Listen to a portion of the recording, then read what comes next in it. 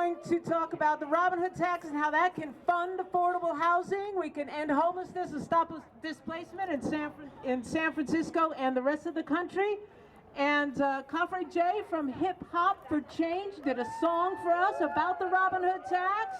So he's going to do it for us now. Here's Coffrey J from Hip Hop for Change. Awesome, thank you.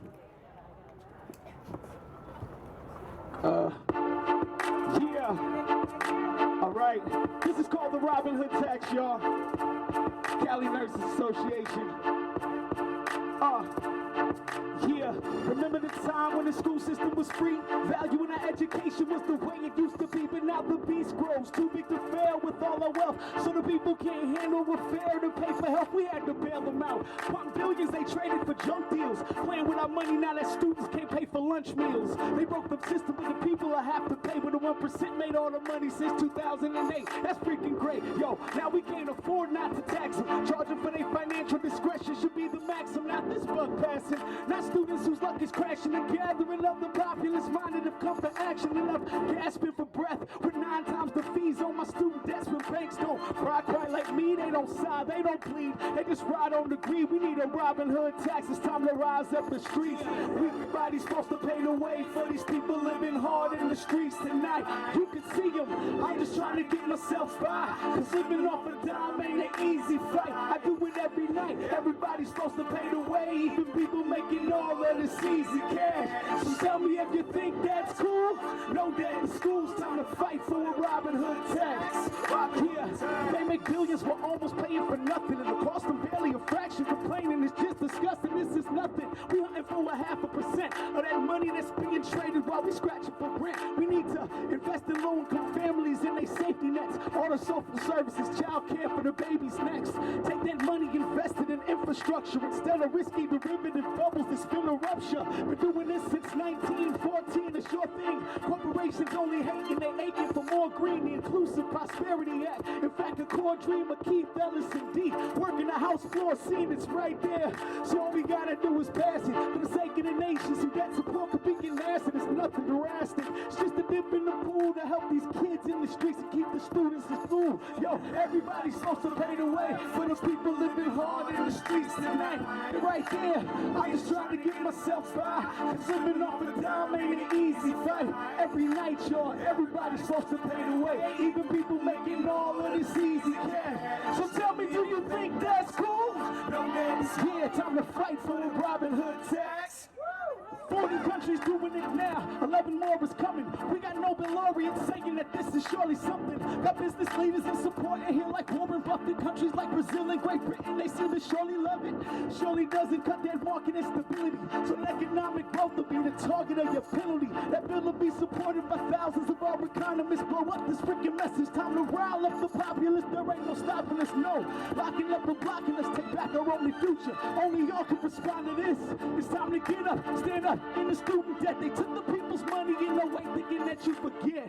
But we didn't, hell nah, push it back. Do I have to bust a rap to get a Robin Hood tax? Bringing that hip hop for change, so it's understood that we gotta flip flop the game to bring a lot of good back. Thank y'all. Right on. My name is Coffrey J, y'all. I'm from an organization called Hip Hop for Change. Make some noise if you've heard of us. Wow, that's what's up. We're trying to take back our culture because hip-hop is, it's portrayed by 3 corporations who have taken over the depiction of our culture and what we care about. And it's got a lot of people thinking that the hood is full of no-good, misogynist, materialist, people that are rich and broke at the same time. That's not us. This is hip-hop right here, so thank y'all for letting me spit, all right? Let's keep it moving.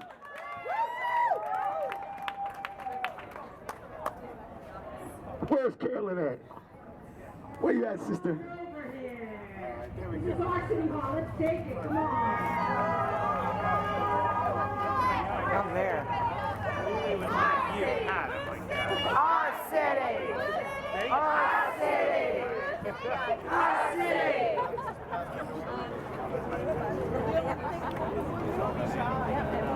My name is Kong.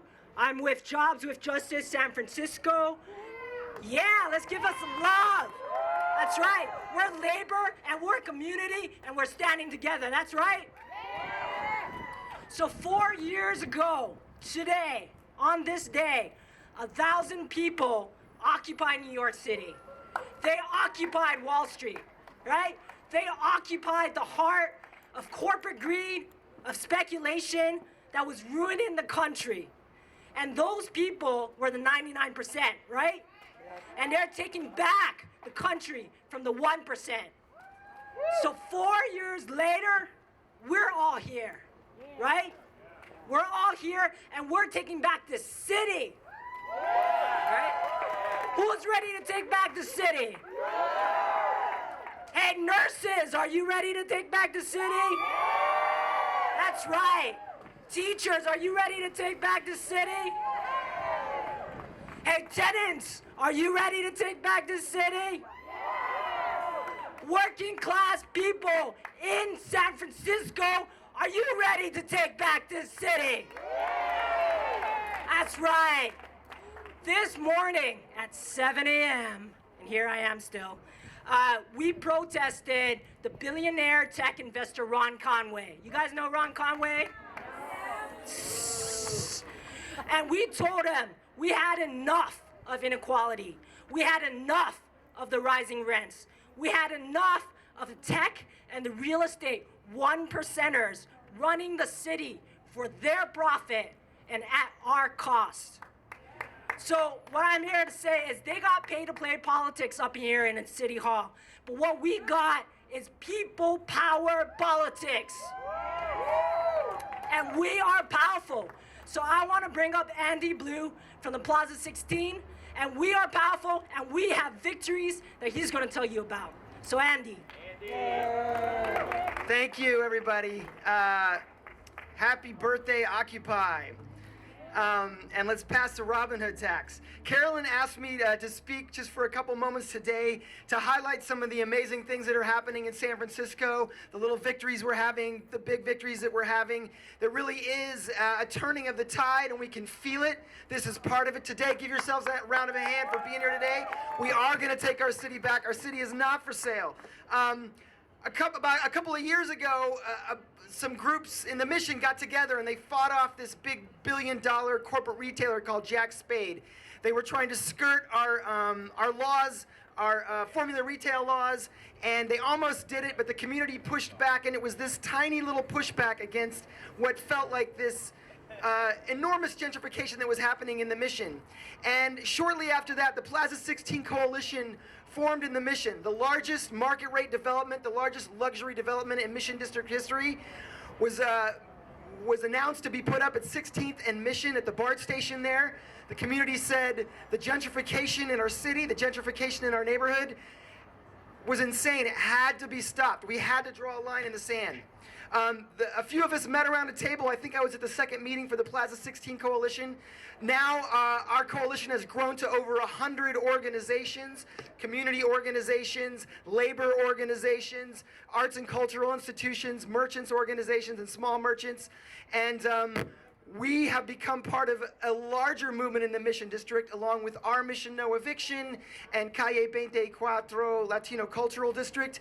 And we're now joining with groups across the city. We're not going to supersize Soma. You may have heard today there's a hearing today for the 5M project, an enormous project that would shadow us right now if it were built, and will radically gentrify the Soma neighborhood and push out working class folks, push out the Filipino community there, seniors, working class folks. And so we ask you to join the hearing afterwards, if you can, up in the Planning Commission.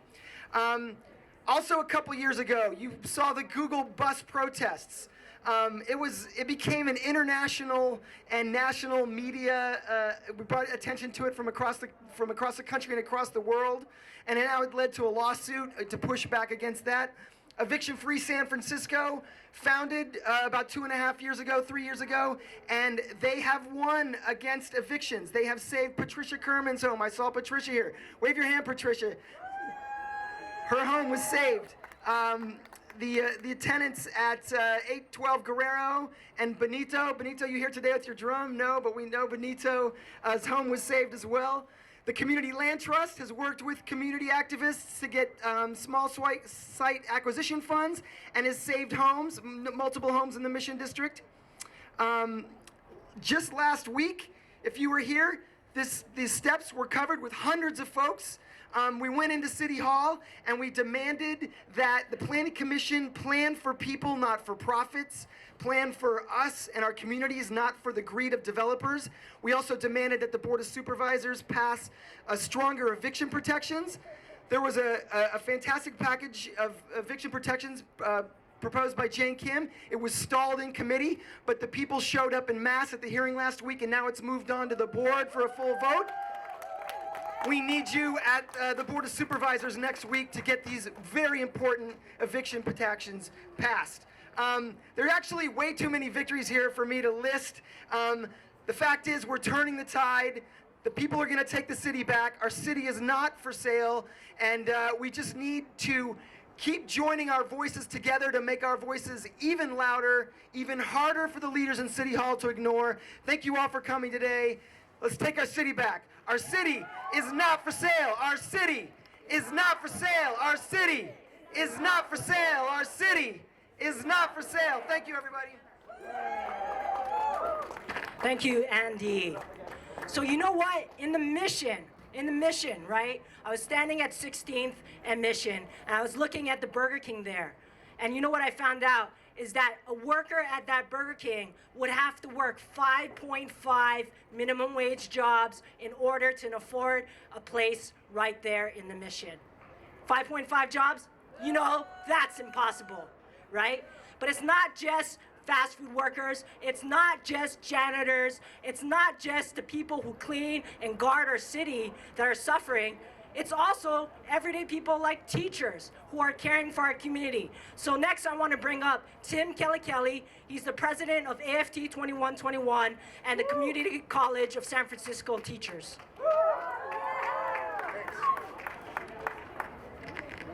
Good afternoon, everybody, or good morning, I guess. The struggle for affordable housing and for working class and middle class people living here in the city of San Francisco is happening everywhere. It's happening through the evictions, and we see it in housing, but we see it right here at City College of San Francisco. Let me tell you what's going on there. They put a proposal to the teachers about the pay they were going to give us. We are getting paid 3.5% less than 2007. Over half of us, they don't want to give a raise at all. The other half, the full-timers, they want to give us 1.1% over 3 years more than 2007. That is not affordable wages. And worse is that they said to do that, to get the money to do it, they're going to have to cut classes by 15% over the next year and a half. So their plan is to what? Downsize City College, where the working class and the middle class people in the city can afford to go to school to make their lives better. All of these struggles, our struggle of teachers trying to get a decent wage to live in the city, you folks, everybody here in this city who is getting evicted, and the working class people to get jobs and education that is their right. All of those struggles are connected, and we need to stick together to make sure that this city is a city for all people. All of us deserve to be able to live in this city. Thank you very, very much.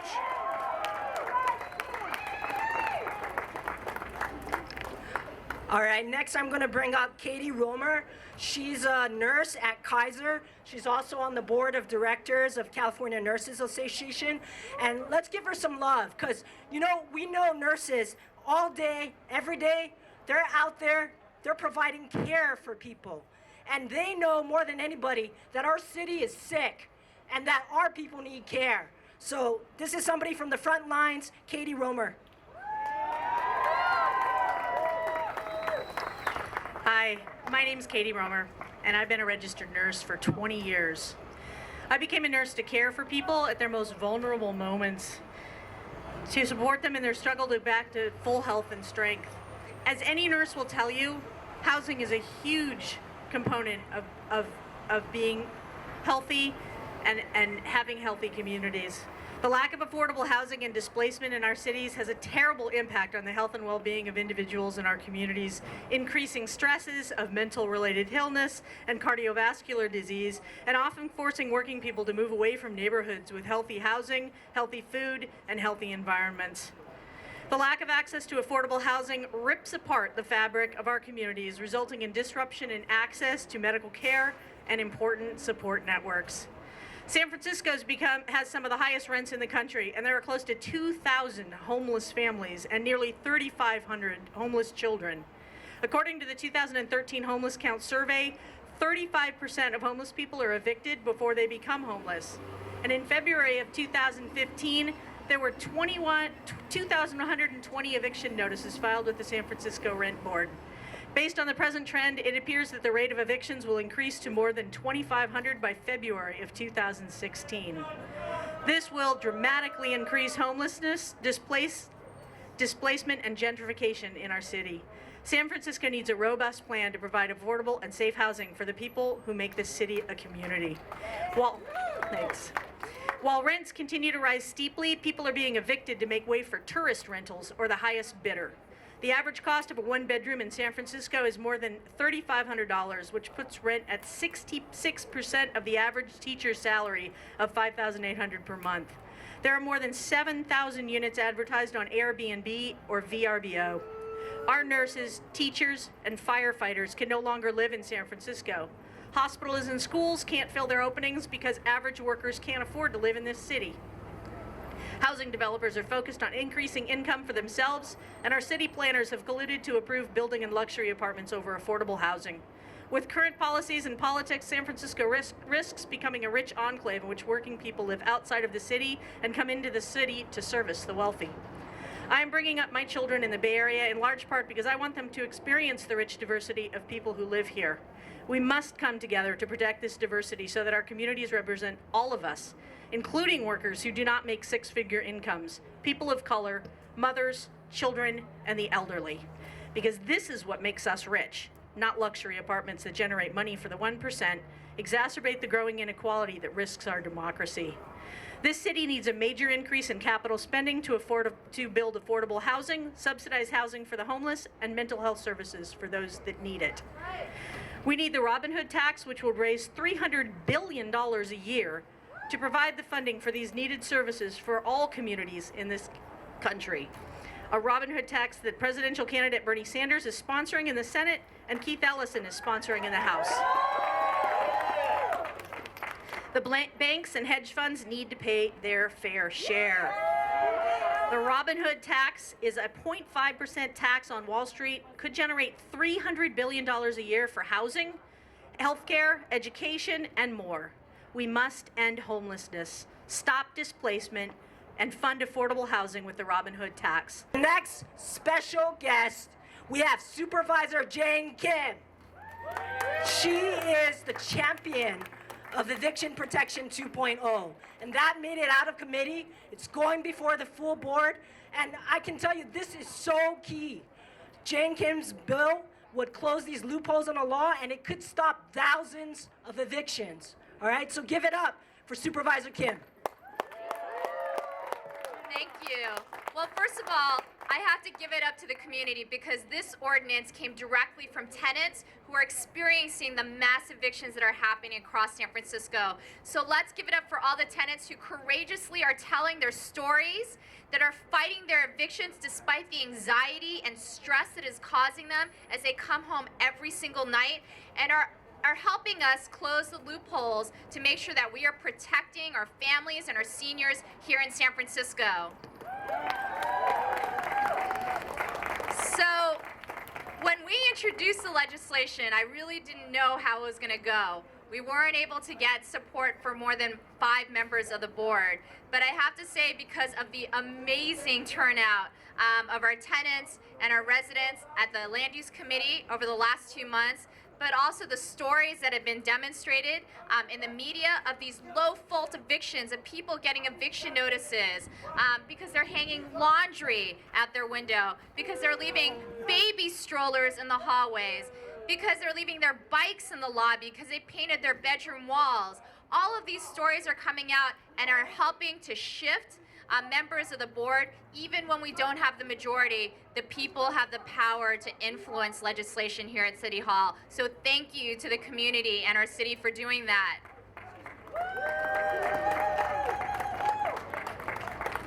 So something that has been on the minds here in the city, of course, is that we have many residents that live here in San Francisco, that call San Francisco their homes, that live on our streets. And as we see this conversation and discourse continuing, what we're also seeing is some tremendous hate and anger that are rising from our neighborhoods. And we're actually right in front of the mayor's office. We're kind of at the center of power here. We have the mayor's chief of staff walking across the street there. And we have a lot of wealth in this city. We have a ton of money, and we have a lot of very severe poverty. You know, we've been hearing a lot in the Chronicle lately, a lot of vitriol being targeted towards our poorest residents. There's been a lot of nasty talk, a lot of focus on people saying things like folks should be put in jail for sleeping on the sidewalk, that they should do sentences for being poor. We've had folks hyper-focused on urination and defecation, but not bothering to put forward any solutions in terms of having bathrooms available for folks. We've had all of this. And at the same time, there's been a particular narrative put out there. And the narrative reads that folks are homeless coming to San Francisco, that we've got all these great services, that we're attracting folks here, that they're choosing to be homeless, that they have all these other options, but the reality for folks sleeping on the streets is markedly different. What's actually happening? Folks are getting criminalized, they're getting ticketed. Last year, just for sleeping or sitting on the sidewalk, homeless people got 11,000 citations. Homeless people got 27 citations for quality of life violations. Homeless people don't have a choice but to sleep on the streets. There's thousands of people on the wait list for housing. The shelters are full. We have one shelter bed for about every 5.5 homeless people. We have about 700 people waiting for shelter for single adult right now, and we got 300 families. For families with kids, it takes about 7 months to get a shelter bed. To get housing, it takes years. And once you're offered that housing, if you have a warrant because you got a ticket for sleeping outside, you're turned down for that housing and you're kicked off that list. Is that okay with everyone here? No. You know, I'll tell you where the choices lie. This is where the choices lie. The choices lie in our policymakers. They're the ones who are choosing to create a homeless crisis. This could be solved as being presented here today. You know, this is a simple idea with the Robin Hood tax, right? We're just saying, give a nickel on every $100 transaction. At Wall Street, they're flipping money all the time. They're making huge amounts of money off the backs of the people of the United States. We put a little bit of tax on it, and we have the resources we need to solve this issue. We created this issue in this country. We can solve this issue in this country if we just invest in housing for everyone who needs it. Thank you very much. Thanks very much. The next person is also a nurse who is devoted to caring for our city, and he's someone who actually lives in this neighborhood, right in the Tenderloin. Many of his neighbors are immigrants. Many of his neighbors are actually homeless. Ron Blueberg from Sutter CPMC. Rob, if you want to step up.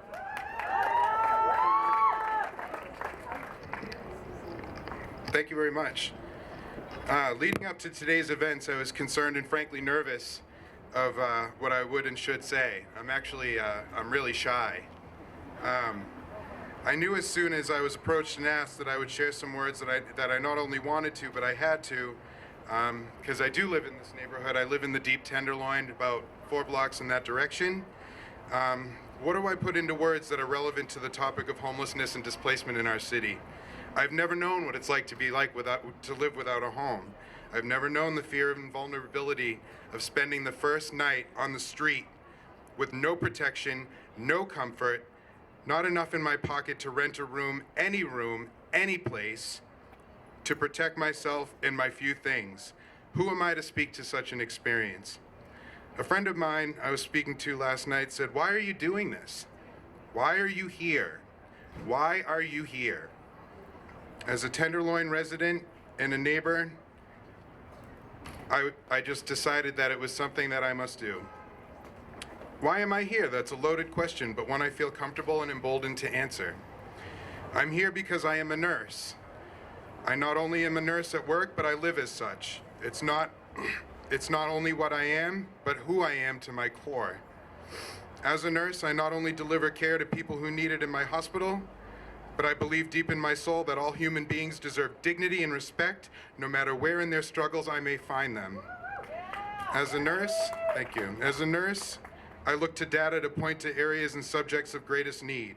And the data shows that homelessness and displacement in San Francisco has increased almost 100% since 2007. That's not even 10 years ago. 30% of our homeless are age 51 or over, 35% report psychiatric diagnoses, and 27% report suffering from PTSD specifically. 71% report being San Francisco residents when their homelessness began. As a nurse, I reject the misgivings and the judgment of anyone with an agenda not focused on what is ultimately best for the human condition. They're this, he's that, she's done this, he said that. I don't care. These are not what makes a person worthy of being treated like a human being. What makes a person worthy of being treated as a human being is that they are one. As a nurse, to ignore the needs of another person is especially egregious. It is something I have taken an oath to my profession to not ever do, ever. As a nurse, I find this abysmal and repugnant. The very people, financial professionals they would likely call themselves, would advocate for this to continue these trades, these thousands of trades that are happening as we're speaking right now, that are costing thousands in speculation and are taking money away from working Americans so that every day we go home taking home less. As a professional RN, I call it thievery, and I call for a Robin Hood tax on all financial trades to not only slash the ridiculous and rampant speculation on commodities, but to fund affordable housing for those in the greatest needs. Our neighbors cannot wait. Their suffering is palpable and it's everywhere. As a nurse, I say the time for looking at and ignoring those who have little has got to end. And the time to demand more from those who have much must begin. And it must begin now. Our city has never stood for such elitism and such callousness. San Francisco does not belong to Ed Lee. It does not belong to any industry. It does not belong to those with a certain amount of cash in their bank account. It belongs to us. We not only have a right to demand and reflect that, but we have a responsibility to each other to do so. As tradespeople, students, laborers, those without homes, and as professionals, and most importantly, as fellow San Franciscans, the time is now. Thank you.